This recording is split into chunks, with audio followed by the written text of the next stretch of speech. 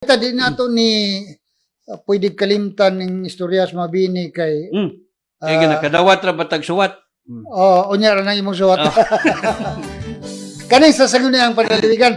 So, kadtong kuan gi pasangat pod ni kagawad Baldo. Ang nahitabo ko sa mabini karon, murag pipila ra gyud in taon, murag usa ra gani in taon tali ng konsehal diha nga Nagpagkabana. nangita gyud in taon kaangayan ba? Katinawan sa mga panghitabo silang lungsod, nag-inusara the voice in the wilderness. Ubida, no? Ang tingog sa kamingawan, si Kagawad Levito Amor Baldo. Pero nagbunga ba Sir Mark? Namunga. Doon ay bunga, doon ay resulta. Unang-una, katong 30 milyones nga patubig nga natulog. Oy, naglihok na. Ang gobernador nasayod na.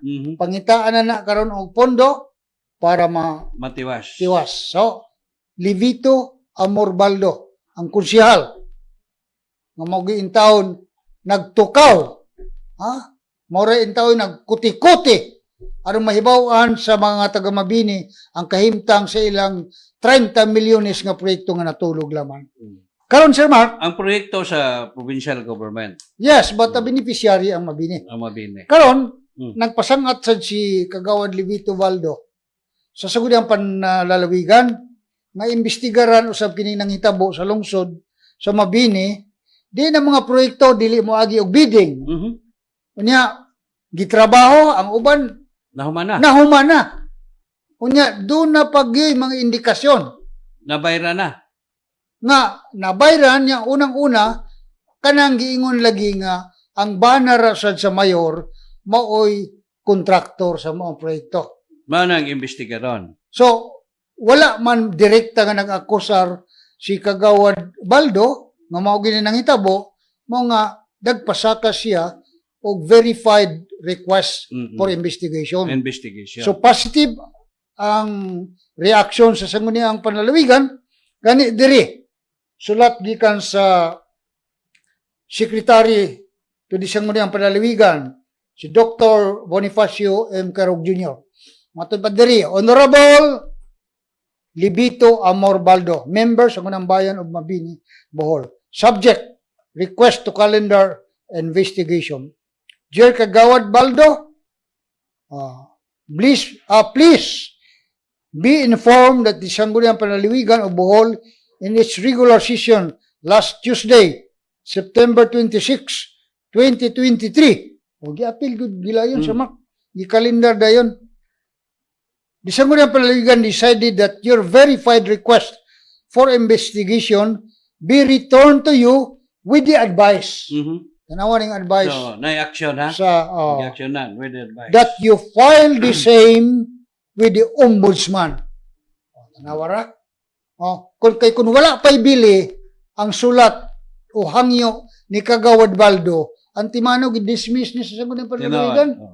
Pero ang advice, bugat kayong advice, Sir Mark. You file the same with the ombudsman. That is a graft and corrupt investigating body, ang ombudsman. Muna tambag. No?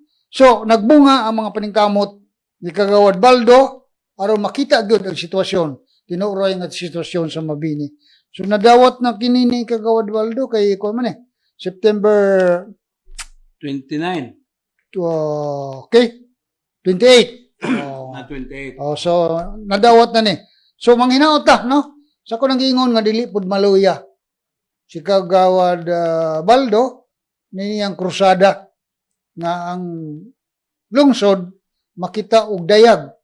Matinud-anon gud nga kagamanan. Dili ka ng mga wa kay kalibutag unsa na. Mahibalo na lang ka nga mo ni nangitabo. At least kanay si Kagawad Baldo, nasayod ni sa iyang kuan gyud.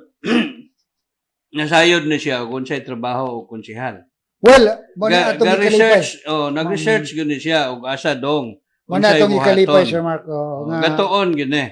Og ang iyarag yung tumong atong nakita bitaw ang kasinsiro, ang yang tumong ang katawan gid mismo ang mabulahan. So, tungod kay wa siya mag-akusar, iyang gipa-imbestigar. I think that is the proper way, no? Imbestigahan aron makita gyud Aron ang katinawan. masayran. Oh. Ha? Dili man mahimo nga magsigil kag pamasangil. Oh. So, let an authority, investigating body, na authority gyud sa ingon ani mga butang, the ombudsman nga mo'y imbestiga na. So, Okay?